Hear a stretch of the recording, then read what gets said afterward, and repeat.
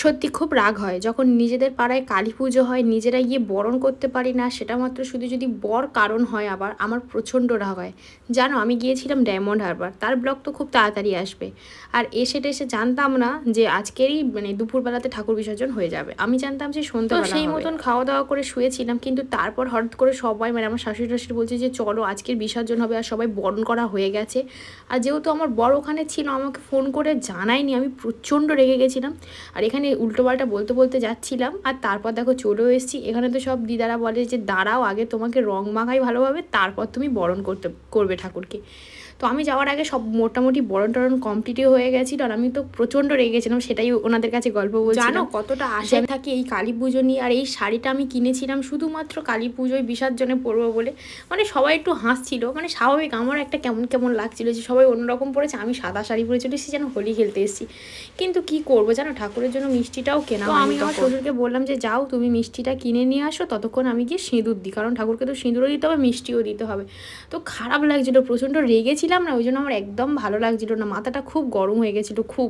মানে আমি বলছি যে তুমি ওখানে সারাক্ষণ ছিলে, তুমি আমাকে ফোন করে জানাওনি কেন? সত্যি কথা বলতে গেলে আমাদের গ্রাম বা আমাদের পাড়া বলো বা আমাদের গ্রামে বলো, সবাই খুব আশায় থাকে এই কালী পুজোটা নিয়ে, খুব এক্সাইটেড হয়ে থাকে।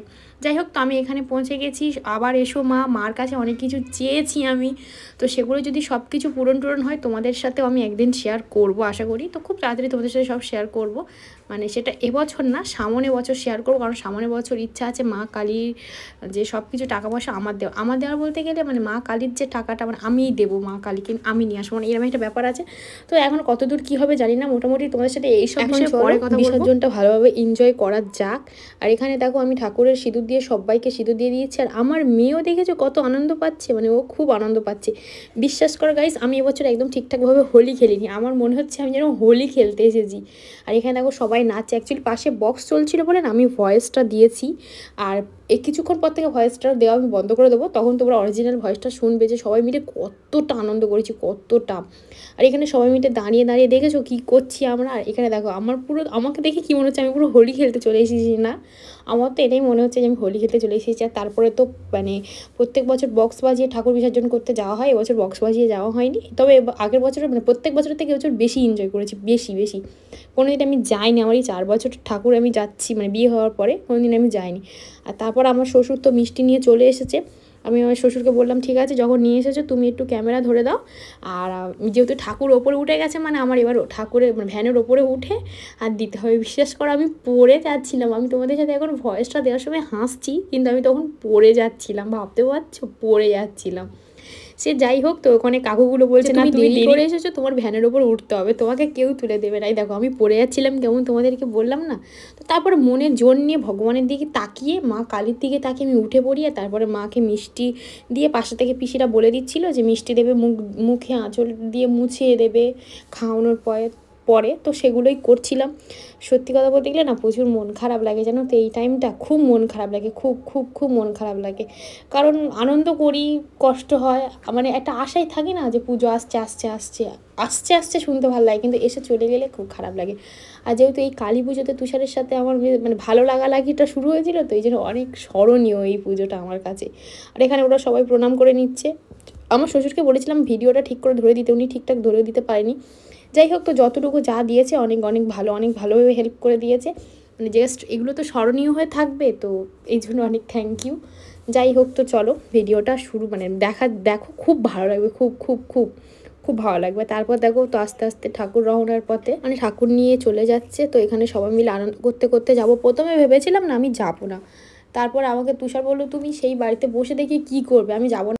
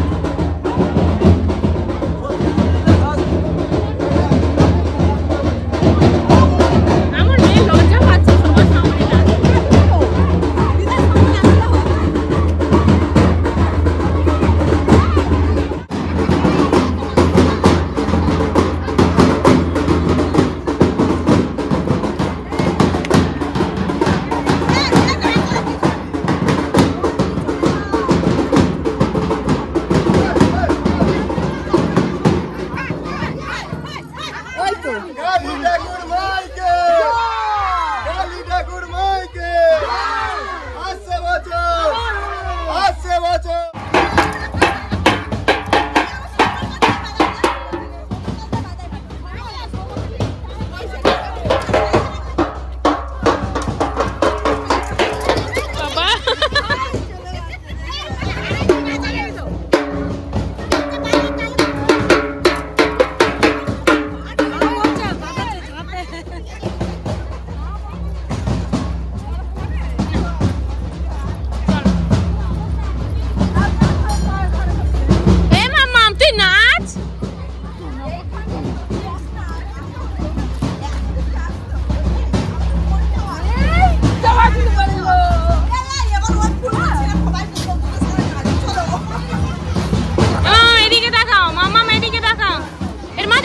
দিল কি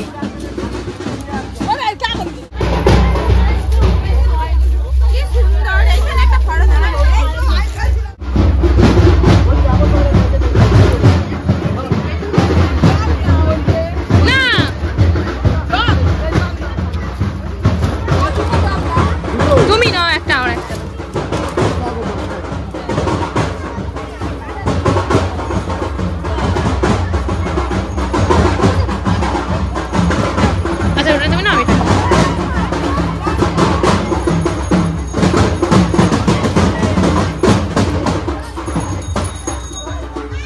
চলো ওমা ওর একটু একটু দাও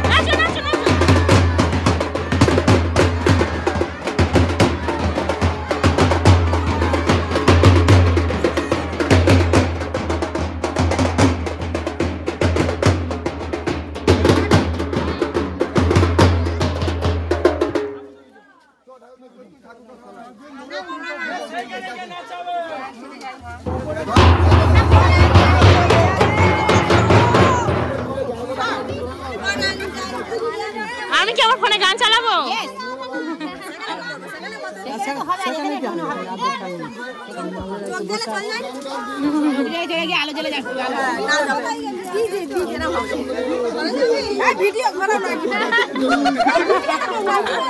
তুমি কেন নাইটি পরে এসছো? বিশার জন্য কেন শাড়ি পরোনি?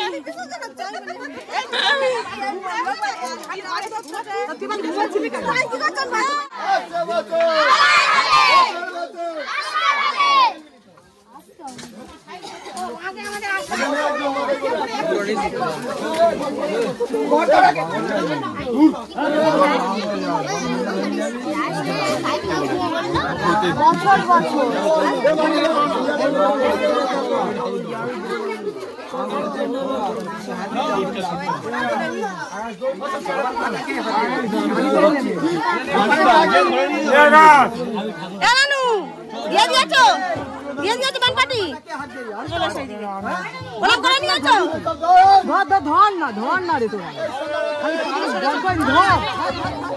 পাতিকে ধর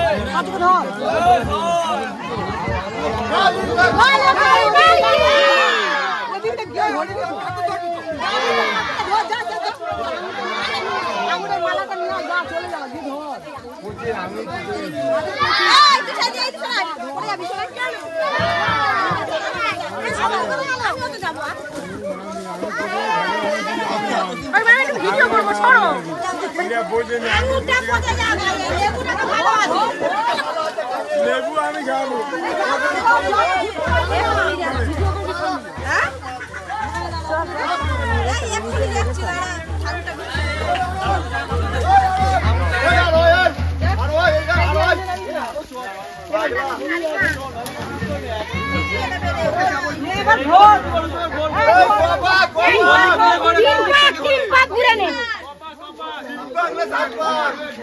বেশি কথা বলে 3 পাক 7 পাক ঘর নে কেবল উল্টো দিক দেখো কেবল উল্টো দিক দেখো 2 পাক দিতে মান মুখে মাইক যা লেবুটা তুলে নিয়া লেবুটা নিয়ে আই রে তবে জোর আঙুর কাটা করে দে এই মানি এসুদা আরেকটা এই সারা বলি মাথায় জল দে এই পিনা ঘুরে নি কেন এই হয়ে গেছে এই হয়ে গেছে রে এই সুন্দর হবে না এই আঙ্গুর কাটা করে দেখাই আরে লেবুটা দে না রে এই হইছে রে দেওয়ার ঘুরে যাচ্ছে এই হয়ে গেছে রে ওরা মানে 11 পাক ঘুরবে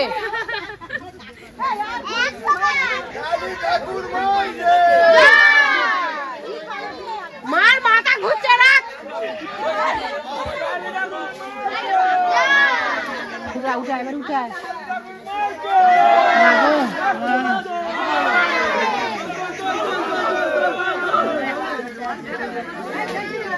বসা শুয়ে শুয়ে দেন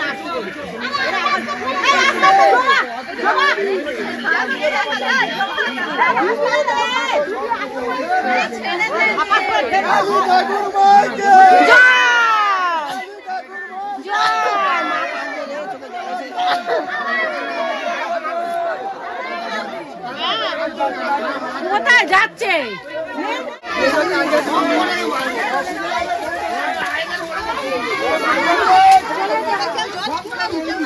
সো গাইস বিসর্জনে প্রচুর আনন্দ করেছি। ভিডিওটা ভালো লাগলে লাইক কমেন্ট শেয়ার সাবস্ক্রাইব করে দিও।